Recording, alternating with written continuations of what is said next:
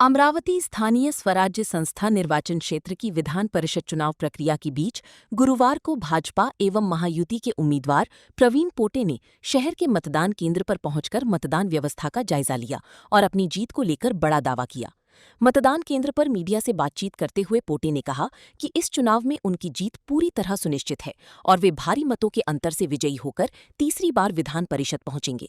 बता दें कि विधान परिषद की सीट हेतु अमरावती के स्थानीय निर्वाचन क्षेत्र में चल रही चुनावी प्रक्रिया के तहत आज जिले के 7 मतदान केंद्रों पर मतदान हो रहा है, जिसमें कुल 453 निर्वाचित मतदाता अपने मताधिकार का प्रयोग किया जाना है, जिसके उपरांत 22 जून को मतगणना होगी।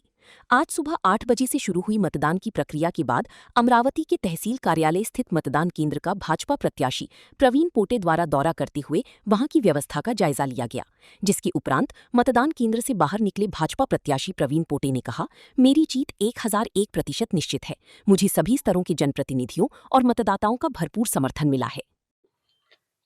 नेतृत्व केला आणि माझ्या नेतृत्वामध्ये जी की चांगली कामं केल्या गेली त्या अनुषंगाने जवळपास 33 ते 35% साधारणतः जुने मतदार आहेत आणि माझं काम जे आहे साधारणतः सगळ्या मतदारांना माहीत असल्यामुळे म्हणजे मला तो उत्साह पाहायला मिळाला। मी 2-3 सेंटरचा कानोसा घेतला, आता आपल्या समोर मी या ठिकाणी आलो। एक चांगला उत्साह सगळ्यांमध्ये आहे असं मला पाहायला मिळालेलं आहे। हो, जेव्हा तुम्ही फॉर्म भरला त्याचवेळी तुम्ही म्हटलं होतं की माझा विजय हा 1000% निश्चित आहे। आता काय परिस्थिती आहे? विजय हा आज 1000%च निश्चित आहे, कारण फार समोर कोणी ऑपोजिशन नाही आहे आणि माझा जो लोकांशी कॉन्टॅक्ट आहे, माझ्या मतदारांशी जो कॉन्टॅक्ट आहे तो एक फॅमिली मेंबर म्हणून मी त्यांच्याशी ट्रीट करतो।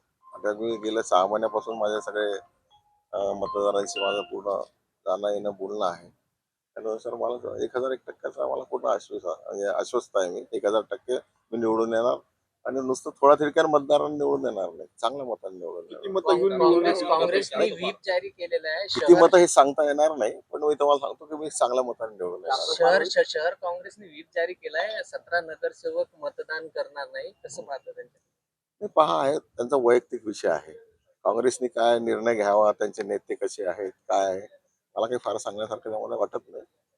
कारण काय असते तुम्हाला सांगतो की हा काँग्रेसने सुरुवातीपासून जो निर्णय घेतला तो कसा घेतला, काय घेतला, कोण्या पद्धतीने घेतला, म्हणजे पहिल्यांदा तर काँग्रेसला कोणी उमेदवार सापडत नव्हता सगळ्यांना, तरी आणला तो काय झाला हे सगळ्यांना जनतेला माहिती आहे। त्यामुळे मला काही जास्त बोलण्यासारखं वाटत नाही आणि मला फक्त एवढं सांगता येईल की माझा विजय हा 1001% आहे।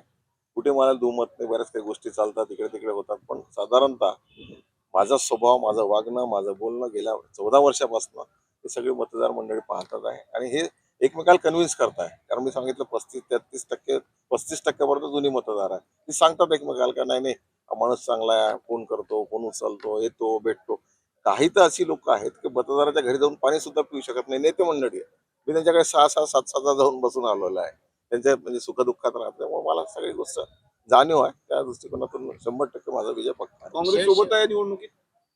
हा असं पहा, तुम्हाला सांगतो मतदार कोणत्याही सोबत राहू शकतो।